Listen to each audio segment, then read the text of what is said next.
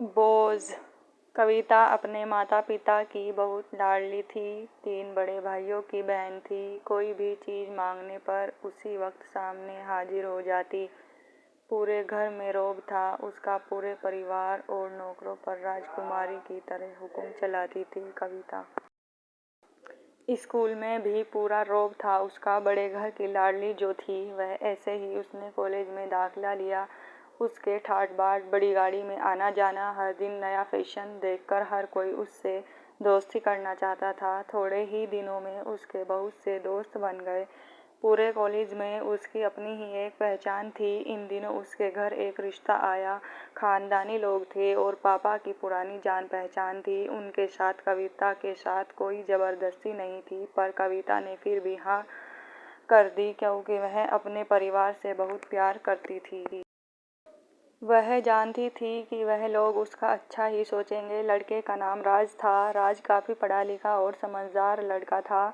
ससुराल वाले भी बहुत अच्छे थे। ससुराल में कविता की जगह वैसी ही थी जैसी कि मायका में। कोई भी कार्य कविता की सलाह के बिना नहीं होता था। सबकी लाडली बहू बन गई थी वह। फिर उसके घर एक बेटे का जन्म हुआ। राहुल कविता को जान से प्यारा था। पोता पाकर ससुराल वाले तो फूले नहीं समाते थे। कविता कभी कभी सोचती कि उसकी किस्मत कितनी अच्छी है। उसका हर अपना उसे कितना प्यार करता है। चाहे जीवन में कैसा भी समय आए, मेरे अपने हमेशा मेरे साथ है।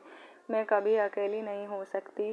कितनी खुशकिस्मत हूँ मैं। पर शायद कविता की खुशियों को उसकी अपनी ही नज़र लग गई थी। एक दिन वह मायके जाने की जिद कर बैठी। राज को बहुत काम था लेकिन वह फिर भी उसे ले गया।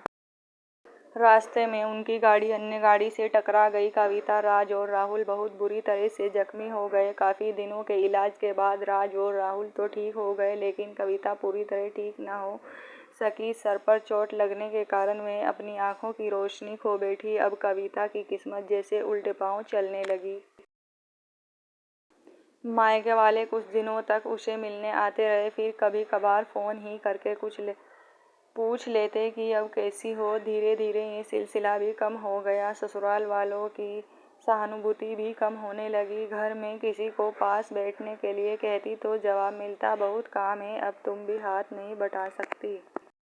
राज भी चिड़चिड़ा हो गया था। बस राहुल ही था उसके साथ, जिसके साथ हंसते खेलते उसका वक्त गुजरता। एक दिन कविता के हाथ से कुछ सामान गिर गया जिसकी वजह से राहुल को हल्की सी चोट लग गई। कविता के सास ससुर ने राहुल को उससे अलग कर दिया कि कहीं उसके न देखने की वजह से बच्चे का कोई नुकसान न हो जाए। कविता अंदर से टूट चुकी थी। एक दिन उसने सबके सामने मायके जाने की इच्छा रखी तो राज उसे तुरंत मायके छोड़ आया जैसे कि वह भी यही चाहता था। लेकिन राहुल को उसके साथ नहीं भेजा गया। कविता कभी राहुल से दूर नहीं रही थी, पर अपनी कमी के कारण उसने ज़्यादा बहस नहीं की। कविता को लगा कि वह 3-4 दिन वहाँ रहेगी तो थोड़ा हवा पानी बदल जाएगा, क्योंकि वह कितने दिनों से कहीं भी बाहर नहीं गई थी। घर वाले भी इतने दिनों बाद उसे देखकर कितने खुश होंगे। कविता के घर पहुँचने पर सब लोग बहुत खुश हुए। खाने में सब कुछ कविता की पसंद का ही बना था। उसने अपने मम्मी पापा और भाई भाभीयों से दिल खोल कर बातें की। उनके छोटे छोटे बच्चे भी बुआ के साथ घुल मिल गए थे। रात को सोने के वक्त जब वह कपड़े बदलने लगी तो उसे पता चला कि उसका बैग तो बहुत भरा हुआ था। वह समझ गई थी। वह बहुत उदास हो गई। कुछ दिनों तक तो सब ठीक रहा, फिर जैसे सब बदलने लगा, सबका व्यवहार बदल रहा था। वह लोग जैसे थक चुके थे उससे। सब लोग घुमा फिरा कर पूछने लगे कि राज कब आ रहा है उसे ले जाने। वह बहाना बना देती जबकि वह जानती थी कि उस घर में अब उसके लिए कोई जगह नहीं थी। कविता से चलते वक्त कुछ ना कुछ नुकसान हो जाता था। थोड़ी बहुत टोका टाकी उसे सुनाई देती, वह टाल देती।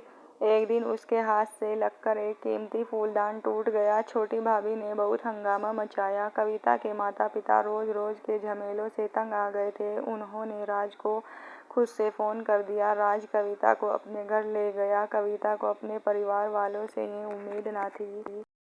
जिस कविता के कहे बिना घर में एक पत्ता भी नहीं हिलता था, उस घर के लिए वह अब बोझ बन चुकी थी।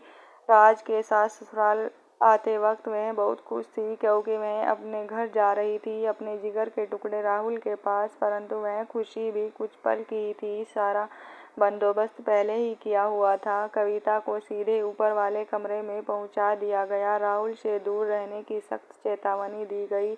एक कामवाली लता को उसकी जिम्मेदारी सौंपी गई, जो उसके खाने पहनने जैसी जरूरतों का ध्यान रखती थी। कविता ज्यादातर चुप ही रहती, कभी कभी कामवाली लता से थोड़ा बतिया लेती। उसके जरिए राहुल का पता चल जाता। सबकी लाडली बेटी और बहू सबके लिए लाडली से बोझ बन चुकी थी।